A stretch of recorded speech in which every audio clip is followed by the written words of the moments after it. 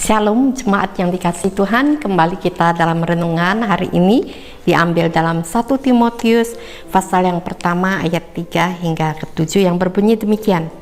Ketika aku hendak meneruskan perjalananku ke wilayah Makedonia, aku telah mendesak engkau supaya engkau tinggal di Efesus dan memperingatkan orang-orang tertentu agar mereka jangan mengajarkan ajaran lain ataupun sibuk dengan dongeng dan silsilah yang tidak putus-putusnya, yang menghasilkan angan-angan belaka dan bukan tata hidup keselamatan yang diberikan Allah dalam iman.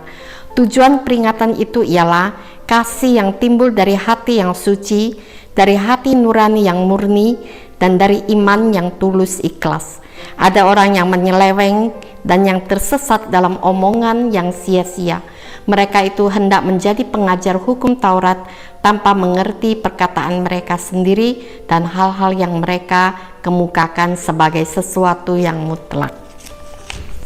Waktu berlalu dengan cepat ya. Hari ini kita telah masuk dalam perencanaan dan penyusunan program.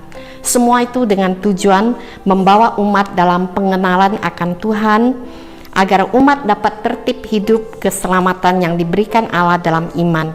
Sebagai pemimpin gereja, ada beberapa hal yang perlu kita waspadai dalam pembacaan hari ini. Yang pertama dikatakan, apa yang kita ajarkan. Kebenaran Alkitab, firman Tuhan, bukan bidat, bukan moral, bukan pengetahuan, tetapi iman di dalam Kristus. Kalau ada yang mengajarkan pengajaran sesat, maka harus dihentikan. Yang kedua, apa yang kita dengar. Jangan sibuk dengan dongeng dan silsilah yang tiada habisnya, yang menimbulkan persoalan belaka. Waspadalah apa yang kita dengar. Segala sesuatu yang tidak membangun, gosip, fitnah, yang bertentangan dengan prinsip firman, yang menimbulkan pertengkaran, hati-hatilah, perlu filter dan tidak terjebak ikutan berdosa. Mendengar bukan terima mentah-mentah. Jika mendengar sesuatu menerima dengan mentah-mentah, itu akan menjadi kebenaran. Maka perlu ada konfirmasi dan langsung pada oknum yang digosipkan. Sudahkah bicarakan kepadanya? Yang ketiga, standar penyelesaian segala masalah atau target pelayanan kita adalah pertumbuhan iman yang bersumber pada kasih kepada Allah dan sesama. Wujud kasih kepada Allah dan sesama itu lahir dari hati yang bersih, hidup saleh yang takut akan Tuhan, yang menjauhi segala bentuk kejahatan. Lahir dari hati nurani yang murni, motivasi yang bersih, pelayanan dan job tipis batasnya. Kalau tidak waspada, pelayanan bisa menjadi job. Motivasi murni, tidak ada kepentingan diri, semua bagi Tuhan. Iman yang tulus ikhlas, tidak munafik. Segala sesuatu yang dilakukan oleh karena beriman, percaya dan bersandar pada Tuhan.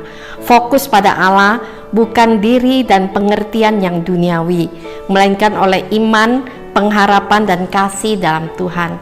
Semua ini kita hidupi untuk pertumbuhan sebagai pelayan dan pemimpin jemaat maupun untuk jemaat yang kita layani.